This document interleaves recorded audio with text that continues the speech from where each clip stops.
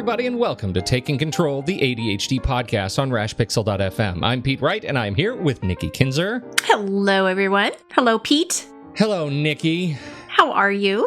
I'm doing very well. Good. I'm doing very well. It is raining, but we did have 2 straight days of gorgeousn's, and that perks up my energy. I know, mine too, for sure. Right? I feel better. I'm able to get through more stuff. I had a couple of really productive days, so I'm counting on the momentum. Yes, that's awesome. Yeah, no, it feels very really good. We're talking about time boundaries today. I can't wait to hear what you're thinking about time and boundaries. And we've got some other fantastic announcements too. Before we do that, head over to Take Control ADHD. You can get to know us a little bit better. You can listen to the show on the website, of course. Connect with us on Twitter or Facebook at Take Control ADHD. And call us 503-664-4ADD and get your questions on the show. And don't forget, 5-star reviews in Apple Podcasts and any recommendations in your favorite podcast players. They really help other people discover the show when they need help. So pay it forward. Drop us a kind review. We sure appreciate it. Thank you. And for those who've already done it, that have been coming in, thank you so much. They're wonderful. They are. They're so nice. They're great. They really are. Okay, so shall we do your announcement first? Yes, I wish we had special music. I say this every time I have a new announcement. You want special music? I can do. What do you want? Marimbas?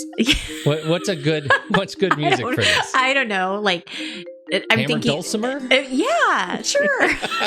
No, it is exciting. Well, and I've planted this seed for a while, so it's probably not really a big, huge surprise for many. But next Wednesday, depending on when you listen to this, but right. On May 17th is the launch day of the newest online course, which is called Organizing Your Time with ADHD. I know it's the most clever title ever. Very straightforward. Yes. I am so creative.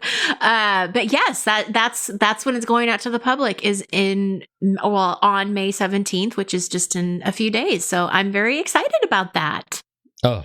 And you should be, yes. I have something else. So I am going to be doing a few webinars in the month of May. And so you can actually sign up for those on the website. We're going to have those right on the front page, right, Pete? Yes. See, yes, I say that with a question mark because Pete's going to put that up there for me. Yeah. That's right. Right, Pete? If it's not on that front page, you all send an email to Pete Wright because it's Pete his needs fault. To know. Yeah. Don't send an email to me, please. But that's going to be a fun webinar because that's actually going to be about how to estimate time better, which I know a lot of people probably just perked up. Because they're like, what? Yeah. Estimate time better? I can do that? Yes, you can. Oh, that's very good. Yeah, okay. Exciting. Well, so that's coming. So you've got just a few days. Get over there. You can register for those webinars. TakeControlADHD.com right off the homepage. And get yourself in there. Learn more about this fantastic new program. Lots and lots of presentation material from Nikki. And it's broken up in just the right way. Yes, I've seen it all. I have literally seen it all. You've edited all of those little videos. This is work from me and you. And you're in the program as well, in a little different way than in past programs. So that's fun too. You're in a couple of different lessons. Yeah, it is fun. It's great. And it's a great course. That's all I'm going to say. It's a great course. Awesome. You should check it out. And now today, let's talk about time boundaries. What do you mean by this? I know, right? What do I mean by that? Well, I think to be a good time manager, whether you have ADHD or not have ADHD, we have to be intentional with our time. Otherwise, what we're doing is we're reacting to everything that comes at us, right? We're not doing any kind of planning. We're not being prepared. We're just kind of catching, I imagine, somebody standing in the middle of the road and all of these tennis balls are being thrown at them and they're trying to catch as many as they can. That's kind of what's happening during the day. And do you imagine that? So many questions about that metaphor. Yeah. Well, here's a guy in a desert surrounded by tennis balls. How yes. And they just keep being thrown at him. And he's just like, what? You Who's can't. throwing them? Is Yes. it a machine? So many Exactly. questions. Okay. Well, anyway, going on to my point, that's where we want boundaries. We don't want the tennis balls to be hitting us anymore. Yes, people stop with the tennis balls. We need a fence. Now we need a fence. We need a fence so or something. Many questions. We Yes. need to protect ourselves. We need shields around us to protect ourselves from the tennis balls. Yes. It's funny that This I is just such came up with that. I know. Such a dangerous context for time management. I am now afraid of my own time. I know, right? Well, a lot of people really are. So, Pete, you got to take that Yes, seriously. A lot of people I are do. afraid of time. Well, I am literally afraid of my own time. I believe me. Yeah. I resemble that remark. Well, and one of the things that I think when we're talking about what I'm talking about boundaries is protecting your time. Like how do you get back into control so that you're setting the schedule? And one of the, I think, roadblocks that many people kind of fall into is that they say yes to everything. And that is where we're crossing a boundary. And it makes sense that people want to say yes because they're people pleasers. We want people to be happy. We want to help out. Maybe we feel bad or we feel guilty, so we say yes. It also could be a way that you're trying to kind of compensate your ADHD because maybe you've let this person down before. And so now this is your opportunity to say yes. And so, without even knowing it, you're crossing your own boundary because this is not something that you really want to do or could do. And a lot of times people will say yes to everything and then they regret it later because now they are overbooked or they're very stressed. And you know what I'm talking about? Do you have this problem at all? Do I ever? Absolutely. I fall into this all the time. I'm sort of in the middle of playing one of those days right now as we record this. I was out on a shoot all day yesterday, out of town, away from my systems, camera in hand all day long, like unable to respond to voicemail or email or any of that stuff. And now I'm trying to catch up. But here we are recording, and this is time that I'm not working on catching up. And so the anxiety in the back of my mind begins to grow, right? Mm-hmm. And so, a little example, right? You give me, we're laughing about putting the thing on the website. That's one task. It takes 2 minutes, right? Right. But I have to now constantly think about that task. Did I put it in my system? Did I put it in the right place? Is it going to come up next, or is it going to come up? Am I going to do it right after we're done, or am I going to do the other stuff that I have to do first? Like, there are so many questions that begin to occupy that back of mind space that it leads to that sense of overwhelm. If I can't count on something, that trusted system to be able to protect me. Mm-hmm. Mm-hmm. Well, and that's a good point is that not only do you have to kind of look at your priorities and prioritize those, you have to have a system to put them in, right? So right. Once you have said yes or said no or whatever the situation may be, exactly what do you have as a tool to help you keep that organized? Otherwise, you really are going to be hit with a ton of tennis balls. A lot of tennis balls. And you know what's funny about this? Like saying yes to everything, it makes me think about language and sort of the trap that we fall into with our own language. And we've been talking about this a little bit, that we need to have a conversation about binary language. And I think part of the trap is for if you're struggling in people-pleasing mode, yes becomes kind of a binary word, and you forget the gray area that you can apply to yes or no. You can still sort of satisfy yourself and satisfy people by applying a little bit more gray area to your acceptance or not of new tennis balls, of new tasks, and that's a way to protect yourself. Like the strategies around protecting yourself from just saying yes to everything is, and I'm sure we'll get into this a little bit later. Well, but that's a thing that I have to constantly think about. Yeah. And I actually have an example. I was just working with somebody recently, and we were talking about a deadline, and he had already missed the deadline with this particular client already. So had kind of felt bad about extending it even further. But I thought about us, a conversation that you and I had, Pete, about, well, it's hard to have those conversations, but they need to happen so that you don't feel worse or worse consequences, right? I mean, like, you kind of have to let the client know, what's really happening, so that they're not left wondering.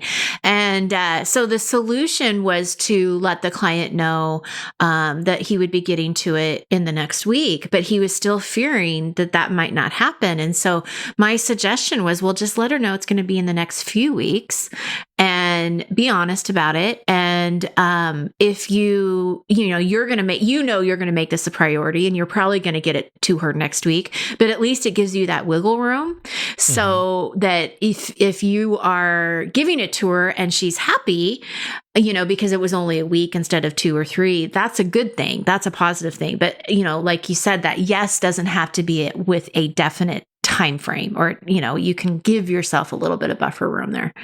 Right. And that's protection, right? That's like intentionality. It's protection. Yes. So you don't have to trap yourself into the yes or no. That's right. Cage.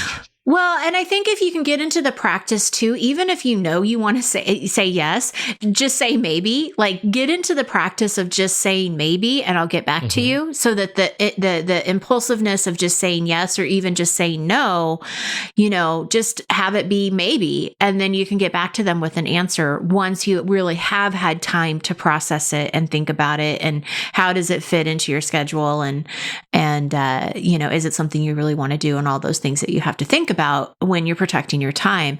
But if we can practice getting into the habit of just saying maybe, at least you're buying some time for you to make that decision, right? Absolutely. I don't know if you can really buy time, but I guess if you can, that would be the way. Tennis balls. You can. Start throwing catch the tennis balls and throw them back. That's where we're going. So the metaphor continues.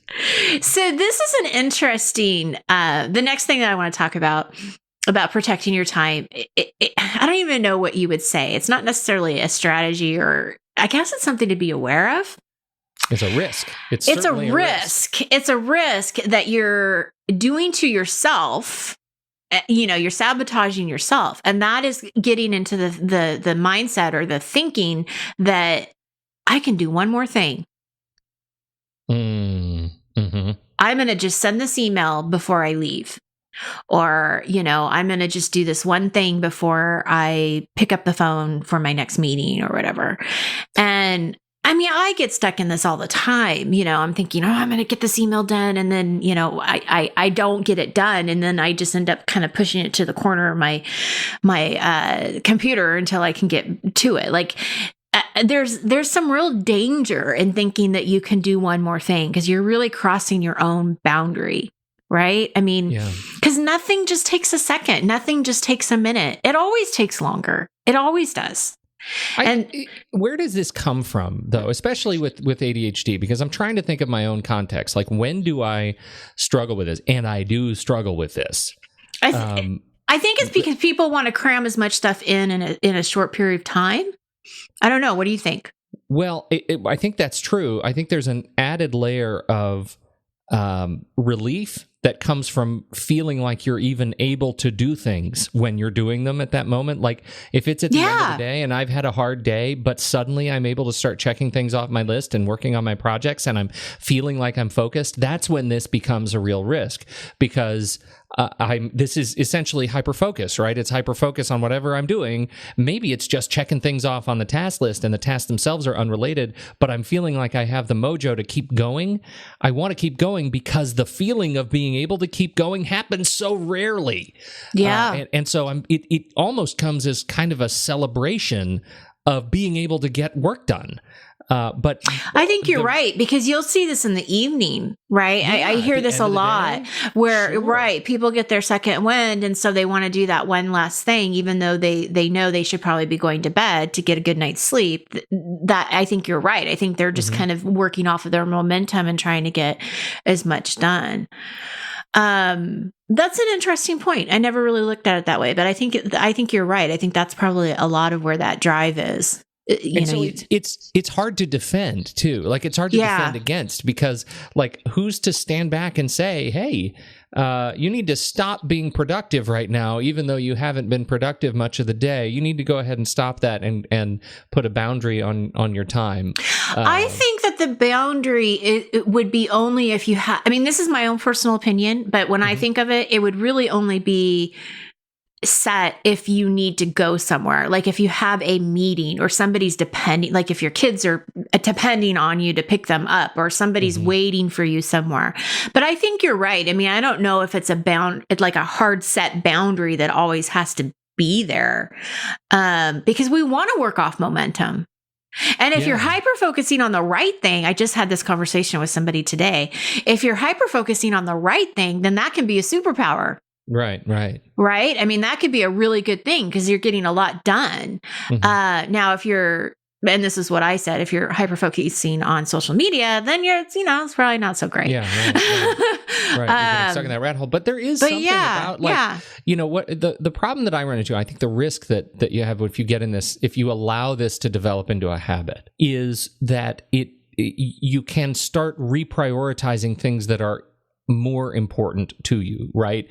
Your health and safety, right? You stop eating, right? You miss meals. Your family suffers because they're waiting for you. Your relationship suffers because they're waiting for you, but you're hyper focusing on work, right? There are some emotional and potentially physical consequences to getting into a habit of always giving up everything else because you're celebrating being able to work, right?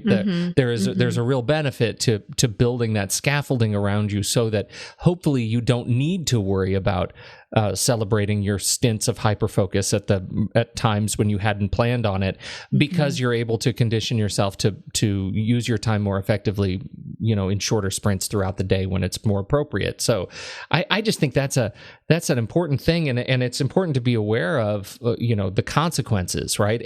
It's sort of the opportunity cost of hyperfocus. Right. So you're focusing on this one thing, but what are the things? And it's so easy for the ADHD brain to not think about the consequences. What's going on outside in the rest of the world that are paying the price for you checking more things off your list for that one more thing.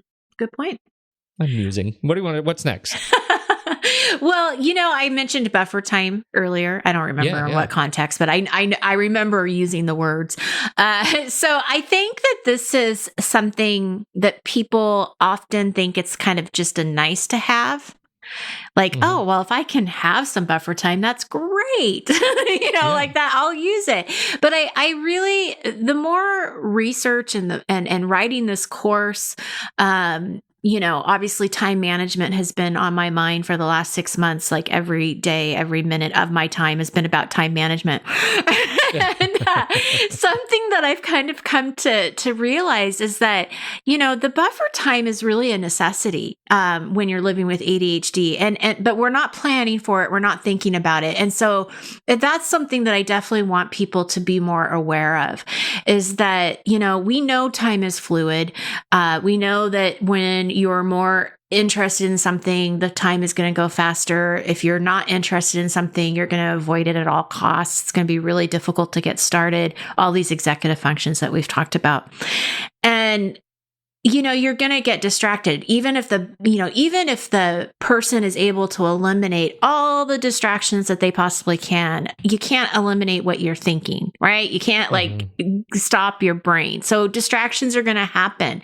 There's a reality that things are going to always take longer than what you expect, even if you estimate your time correctly on a sheet that is allowing you to do that. The next time, it still may take a little bit longer because you got distracted. Like we've got to kind of live, really be real about the reality here. And so if we can put in some buffer time, to allow these things to happen, it can be really beneficial to managing your time. Now, I know that most people will say, well, if you think something's going to take an hour, then double it. Well, we also know that that's not always possible, right? We can't always just schedule 2 hours to do something.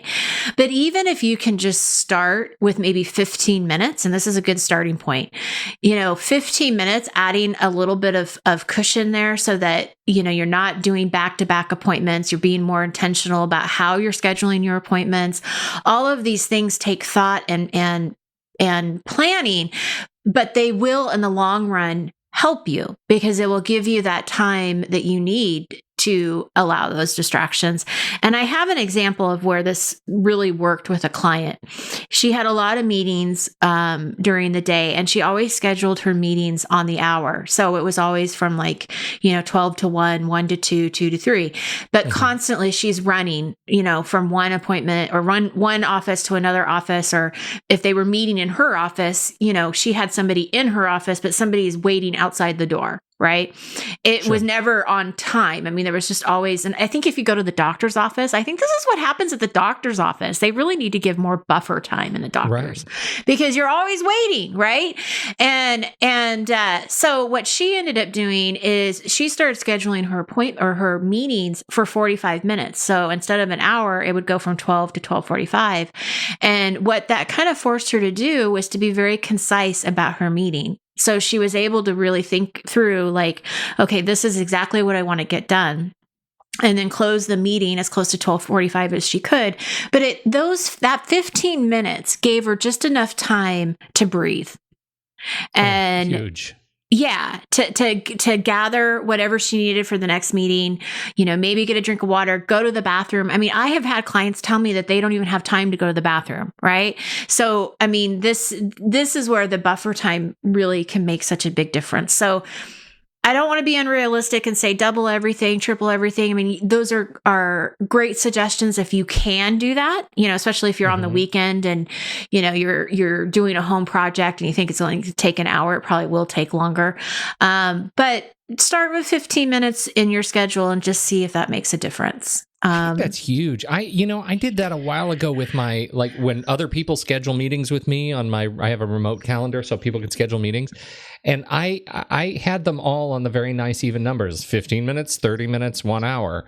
But I switched that, and I think it's a result of something you and I talked about, down to 10 minutes, 25 minutes, 55 minutes, an hour and 25 minutes, and an hour and 55 minutes, which seems so weird, these off-minute things, but it's made a huge improvement in my scheduling. There's always time between meetings now, and it's an amazing thing. I can't underscore and hallelujah and support that suggestion enough. It's big.